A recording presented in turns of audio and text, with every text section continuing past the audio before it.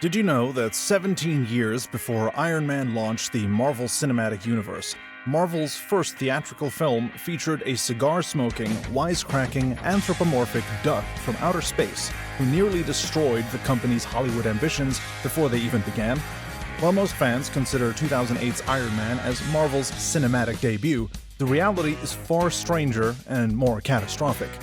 In 1986, George Lucas, fresh off his Star Wars triumph, produced a $37 million Marvel adaptation that would earn just $16 million at the domestic box office and sweep the Golden Raspberry Awards with 4 wins out of 7 nominations.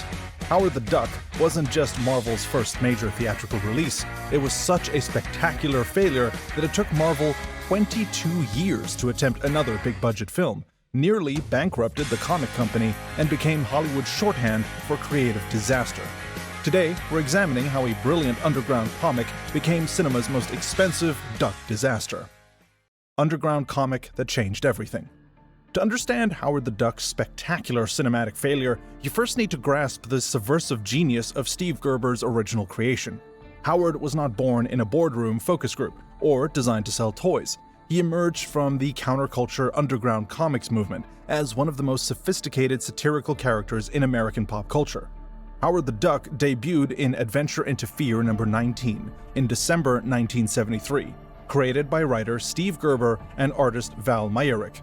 But calling Howard a superhero misses the point entirely. He was an existentialist anti-hero, a 3-foot-tall anthropomorphic duck transported from Duck World to Earth, forever trapped in a world he never made. Gerber crafted Howard as his vehicle for biting social commentary, philosophical exploration, and merciless satire of American politics and culture. The comics were intellectually sophisticated in ways that would be impossible in mainstream superhero titles. Howard referenced philosophers like Albert Camus, George Wilhelm Friedrich Hegel, and the Bronte sisters, while deconstructing everything from consumer capitalism to the comic book industry itself. Gerber once explained that the series' central joke was that there was no joke, that life's most serious moments and most incredibly dumb moments are often distinguishable only by a momentary point of view. This was not kid stuff. Howard chain-smoked cigars, dealt with depression and alienation, engaged in adult relationships, and served as Gerber's mouthpiece for critiquing everything wrong with 1970s America. When Howard ran for president in 1976 under the fictional all-night party with the slogan, "Get Down, America," thousands of real voters actually wrote him in during the actual presidential election. The commercial success was unprecedented for such unconventional material. Howard the Duck number 1 became Marvel's best-selling comic that wasn't based on a movie, with speculation driving first-issue prices up to $25, making it arguably the first major speculative comic in the collector's market. Marvel's circulation director later admitted they dramatically underestimated demand, printing only 275,000 copies when they could have sold far more. But Howard's cultural impact extended beyond comic shops. The character attracted mainstream media attention from The New Yorker, The Washington Post, and New York Magazine. This was sophisticated adult entertainment disguised as funny animal comics, proving that comic books could handle complex themes and philosophical depth. George Lucas and the Path to Disaster. George Lucas discovered Howard the Duck during Star Wars post-production in 1977 and immediately saw cinematic potential. Fresh off creating the most successful film in history, Lucas had unlimited Hollywood clout and the creative freedom to pursue any project he wanted. He showed the comic to his frequent collaborators, William Huyck and Gloria Katz, enthusiastically declaring this would make a great movie. In hindsight, this was the moment everything went wrong. Lucas, Huyck, and Katz possessed the creative vision to make Howard work. They understood character-driven storytelling, had experience with innovative special effects, and appreciated unconventional narratives. Their original plan was to create an animated film that could preserve the comic's satirical edge, philosophical complexity, and adult themes, while avoiding the practical challenges of making a live-action duck believable. However, Universal Studios had different priorities. The studio needed a summer tentpole release for 1986 and believed animation would take too long and cost too much to produce. Universal executives, still skeptical about animation's commercial potential in the pre-Disney Renaissance era, insisted on live action. This single decision fundamentally altered the project's DNA and possibly doomed it to failure. The script underwent massive changes to accommodate live-action constraints. Howard's personality shifted from abrasively cynical to family-friendly and marketable. The satirical elements that made the comic special were largely eliminated in favor of special effects showcases designed to demonstrate Industrial Light and Magic's capabilities. The existential themes were replaced with a generic alien invasion plot that bore little resemblance to Gerber's sophisticated source material. Even Howard's visual design became compromised by corporate interference. Disney's legal team contacted Marvel over Howard's resemblance to Donald Duck, forcing a redesign that required the character to wear pants. A seemingly minor detail that represented a larger issue of creative vision being overwhelmed by corporate concerns, something we're used to now. The comics Howard was deliberately designed to be visually distinctive and slightly unsettling. The film's Howard needed to be marketable and non-threatening, like an Ewok. The casting process revealed additional problems. While Lea Thompson brought genuine commitment to Beverly Switzler and Tim Robbins displayed his usual professionalism as Phil Blumbert, the film's tone remained confused about its target audience. Was this a children's film with talking animals, an adult satire with philosophical themes, a sci-fi adventure with romance elements? The filmmakers never successfully answered these questions, creating a movie that satisfied no one. Technical mastery hidden within creative failure. Despite the narrative disasters, Howard the Duck achieved remarkable technical innovations that would influence decades of subsequent filmmaking. The film's most lasting contribution was the pioneering use of digital wire removal technology, developed out of necessity during the opening sequence, where Howard is transported from Duckworld to Earth.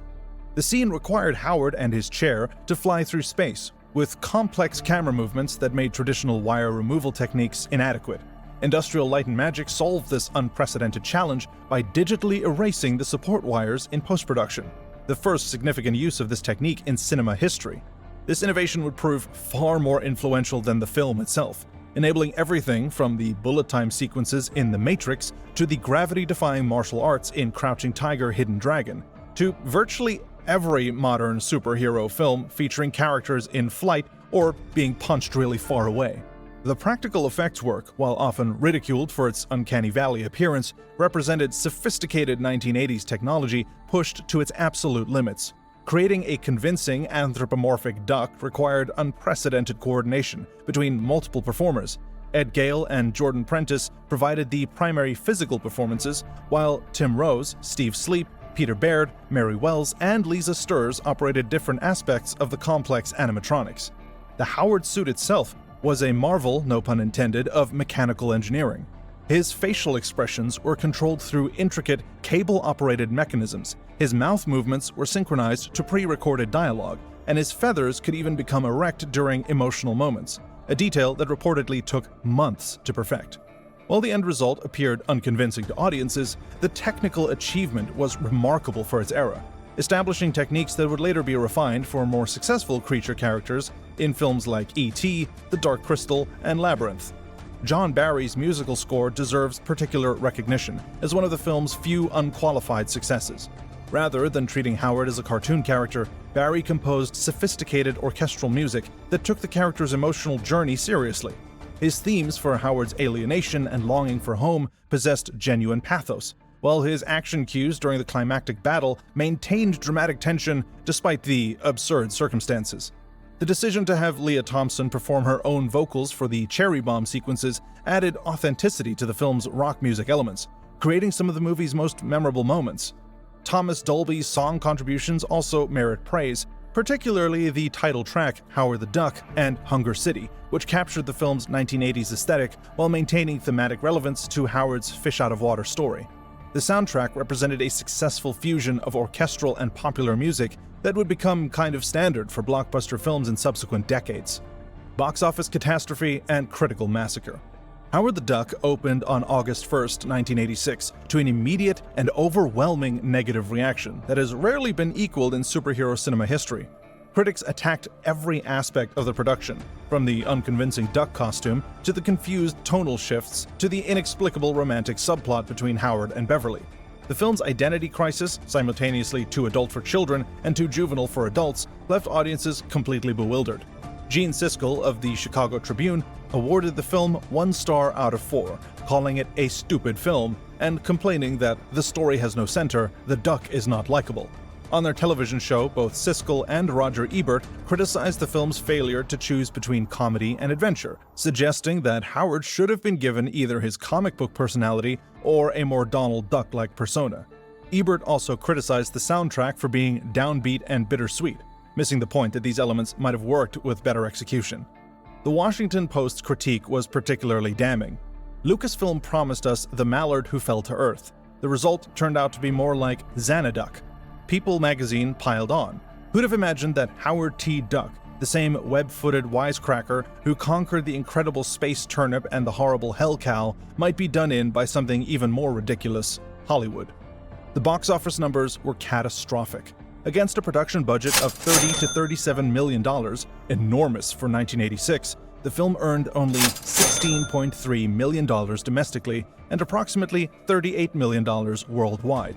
When marketing costs were factored in, Universal faced losses exceeding $40 million, making Howard the Duck one of the biggest commercial failures in studio history. Industry rumors claimed that Universal production heads Frank Price and Sidney Sheinberg engaged in a physical altercation over who was responsible for greenlighting the project, though both executives denied this. News reports speculated that one or both would be fired, and indeed, Price left the studio shortly afterward, with Variety attributing his departure directly to Howard the Duck's failure in an article titled "Duck Cooks Price's Goose."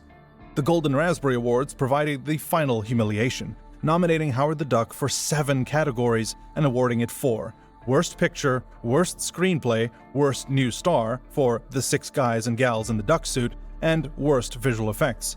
The film was later nominated for Worst Picture of the Decade, cementing its reputation as one of cinema's most spectacular failures. The long-term consequences. Howard the Duck's failure had profound consequences that rippled through the entertainment industry for decades. For Marvel Comics, the disaster reinforced Hollywood's perception that comic book properties were unsuitable for big-budget filmmaking. While DC had found success with Superman in 1978 and would continue with Batman in 1989, Marvel's theatrical ambitions were effectively killed for nearly 2 decades. This failure contributed directly to Marvel's financial difficulties throughout the late 1980s and 1990s. The company filed for bankruptcy in 1996, selling film rights to major characters like Spider-Man, X-Men, and Fantastic Four to various studios just to survive. Ironically, the success of those properties with other studios would eventually motivate Marvel to create Marvel Studios. But that wouldn't happen until 2005, nearly 20 years after Howard's failure. For Steve Gerber, Howard the Duck's cinematic disaster was personally devastating. Despite creating the character, Gerber had lost legal control following a 1982 copyright settlement with Marvel, one of comics' first major creators' rights battles. The film's failure eliminated any possibility of Gerber regaining influence over his creation or seeing his vision properly adapted. He would spend the rest of his career watching other writers handle Howard with varying degrees of understanding and respect. George Lucas also suffered lasting damage to his reputation. While he would find success with the Indiana Jones franchise, Howard the Duck marked the beginning of a string of commercial disappointments, including Willow and later Red Tails. The film became evidence that Lucas had lost touch with audiences after Star Wars, a perception that would dog his career throughout the prequel trilogy controversies. Most significantly, Howard the Duck became Hollywood's shorthand for expensive, creative disaster, joining Heaven's Gate and Ishtar in the pantheon of failures that destroyed careers and shifted industry practices. Studios became increasingly risk-averse about unconventional comic adaptations, contributing to the conservative approach that dominated superhero filmmaking until the launch of the MCU. The Impossible Return. For 28 years, Howard the Duck remained cinematic poison. Marvel actively avoided referencing the character. Fans treated the film as an embarrassing chapter in comic history, and Hollywood used it as a cautionary tale about adaptation hubris. The character continued appearing in comics sporadically, but never regained his 1970s popularity or cultural relevance. The breakthrough came from an unexpected source: James Gunn's childhood affection for the character. As a kid, Gunn had been a devoted fan of Gerber's comics while simultaneously despising the 1986 film.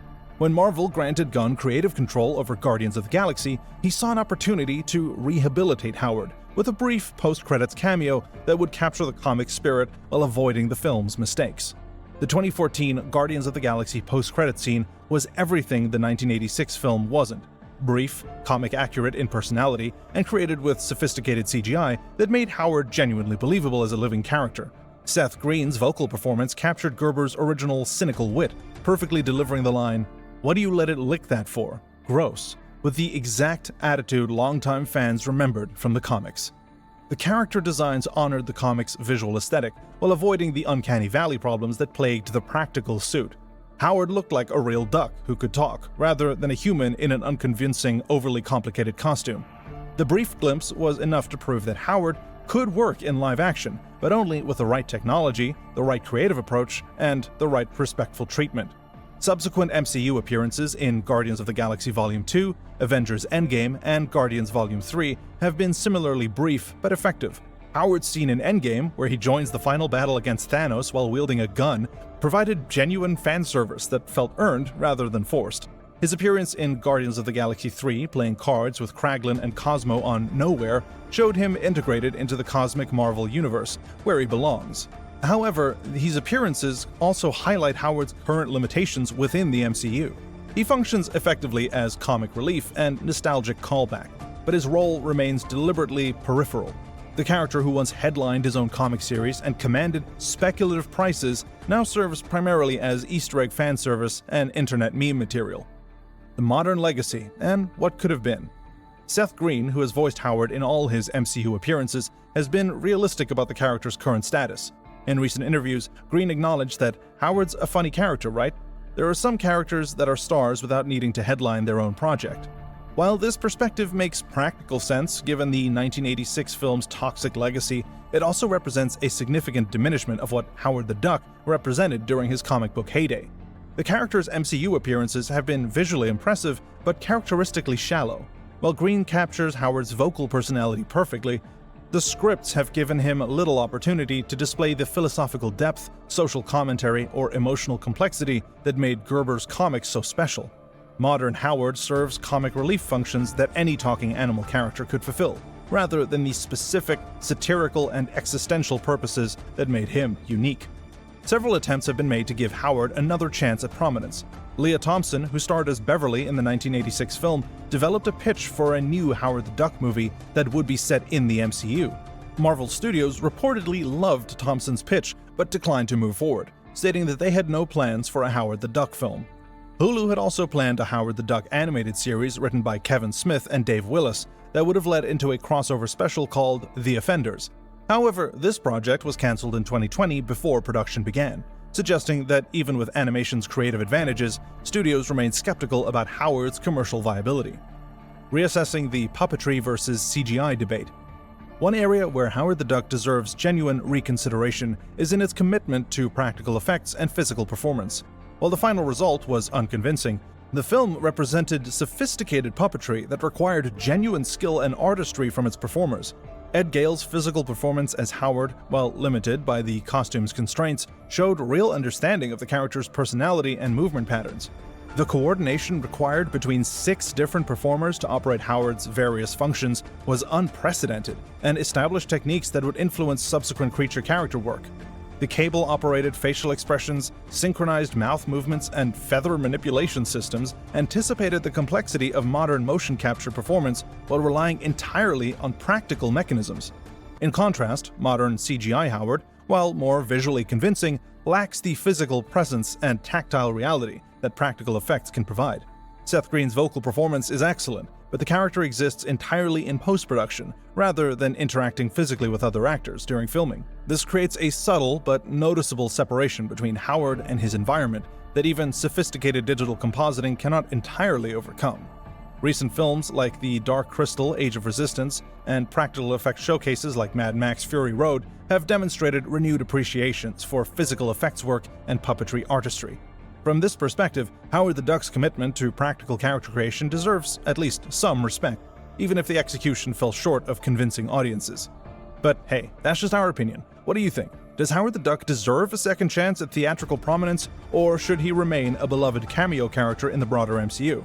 Let us know your thoughts in the comments below, and don't forget to like and subscribe for more deep dives into the strangest and most influential chapters of cinema history. This video is made by movie fans, for movie fans.